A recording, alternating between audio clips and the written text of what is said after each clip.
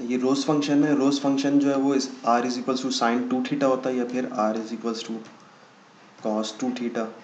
इस तरह करके ये फंक्शन होता है। ये पोलर कोऑर्डिनेट में आसानी से प्लॉट हो जाता है और ये इसमें पेटल्स होते हैं, तो इसलिए इसको रोज फंक्शन जो है इसका नाम दिया है।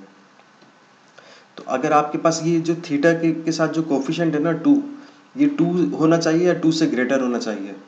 ये क्योंकि अगर आपके पास खाली r is equals to sine theta हुआ तो वो तो आपके पास एक सर्किल बन जाएगा, और इसी तरह r is equals to cos theta हुआ तो वो आपके पास जो है वो भी एक सर्किल बनेगा। तो ये इसका कोफिशिएंट जो है ना कम से कम 2 होना चाहिए, और फिर ज़्यादा से ज़्यादा 3 हो जाए, 4 हो जाए, 5 हो जाए। तो इसमें आपके पास पेटल्स बनते हैं इस फंक्शन में। तो इसमें पेटल्स जो है ना वो कैलकुलेट करने होते हैं। अगर एरिया फाइंड आउट करना है तो एक पेटल का एरिया अगर आप फाइंड आउट कर लें, ये सारे के सारे जो होते हैं सिमेट्रिक होता है ये।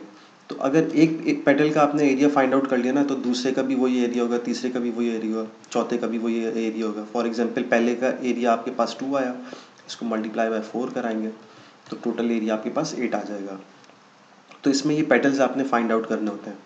तो इनकी भी जो ये एक टेक्निक ये है कि आपके पास अगर साइन 2 थीटा प्लॉट कर रहे हैं तो ये 4 पेटल्स होंगे इसमें, और साइन 3 थीटा है तो ये आपके पास 3 पेटल्स होंगे, और इसी तरह साइन 4 थीटा है तो ये फिर से डबल पेटल आ गए आपके पास।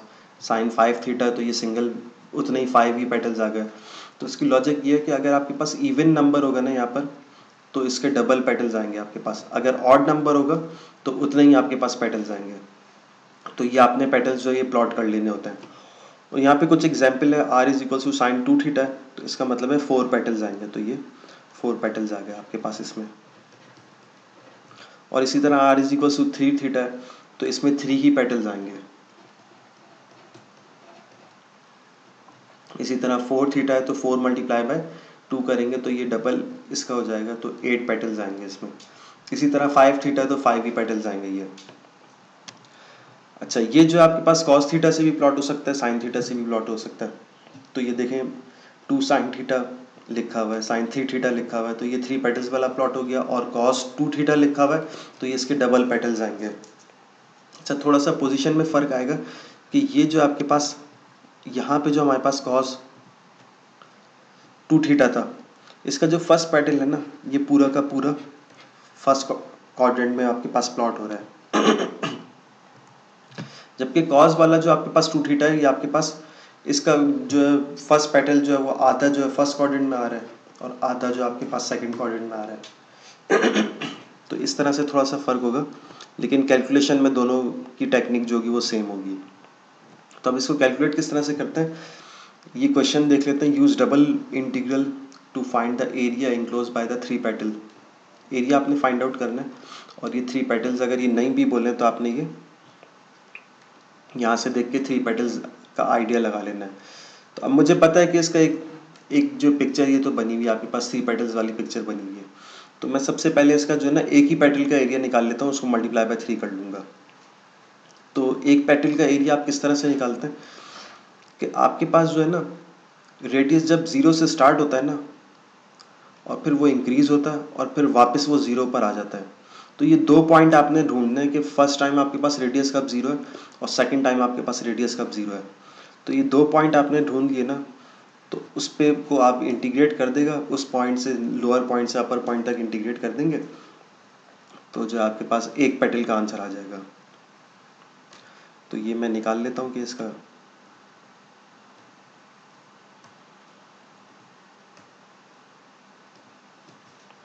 तो ये मुझे इक्वेशन गिवन है, r is equals to sine 3 theta given है। तो मैं रेडियस को 0 पुट कर देता हूँ कि कहाँ कहाँ मुझे रेडियस 0 मिलेगा।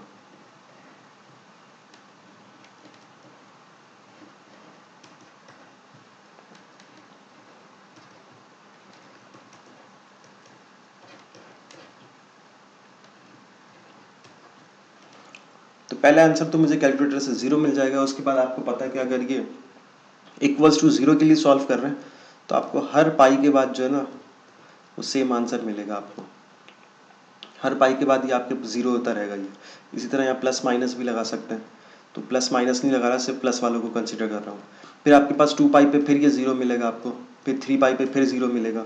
अच्छा थीटा की वैल्यू निकालनी आता है आपने, तो ये 0 डिवाइड बाई 3 हो जाएगा, ये फिर आपके पास पाई डिवाइड बाई 3 हो जाएगा, फिर ये आपके पास हो जाएगा 2 पाई डिवाइड बाई 3, और फिर ये 3 पाई डिवाइड बाय, तो ये पाई हो जाएगा। इस तरह चलता रहेगा ये सिलसिला। तो थीटा की आपने फर्स्ट 2 वैल्यूज़ लेनी है, एक तो ये ले लिया आपने, और ये आपके पास पाई बाई 3, ये 2 वैल्यूज़ आ गई। तो इन 2 वैल्यूज़ पे आपको जो है ना एक पेटल कंप्लीट मिल जाएगा। एक दफ़ा 0 से 0 स्टार्ट हो रहा है रेडियस, उसके बाद पाई बाई 3 पर फिर से 0 जाएगा, तो ये एक कंप्लीट आपको पेटल मिल जाएगा। कॉस थीटा के लिए भी यही है और साइन थीटा के लिए भी यही है, आपके पास सेम प्रोसीजर है इसका।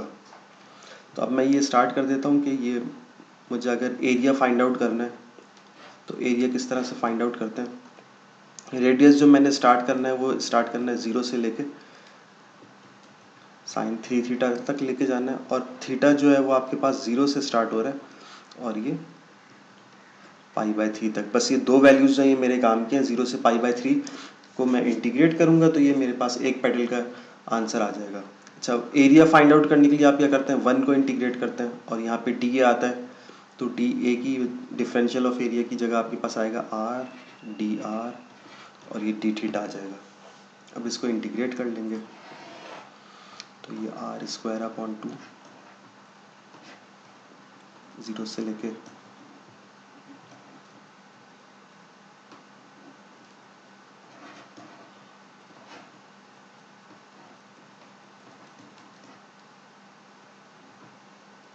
सिर्फ अपर लिमिट पुट करेंगे इसमें, तो ये हो जाएगा आपके पास साइन स्क्वायर 3 थीटा, ये 1/2 बाहर चला गया,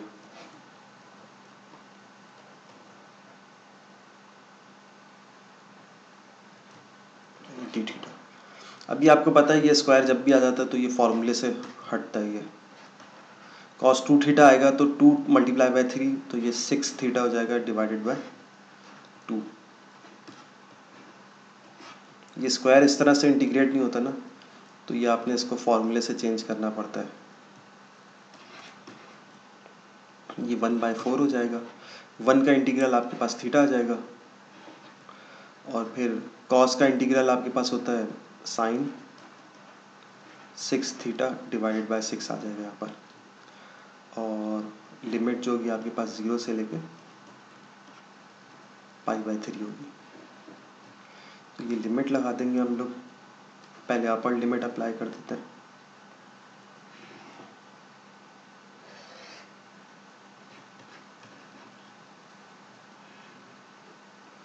अपर लिमिट अप्लाई करेंगे पाई बाय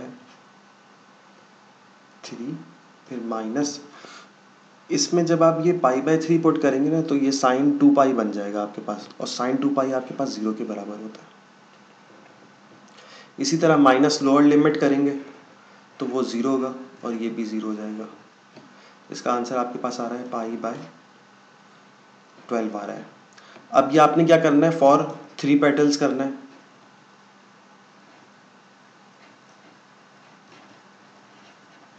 ये पाई बाय 4 जो आपके पाई बाय 12 जो आपके पास आया है, इसको मल्टीप्लाई बाय 3 कर दें, तो ये आपके पास आंसर जो आएगा पाई बाय 4 आ जाएगा, ये आंसर होगा।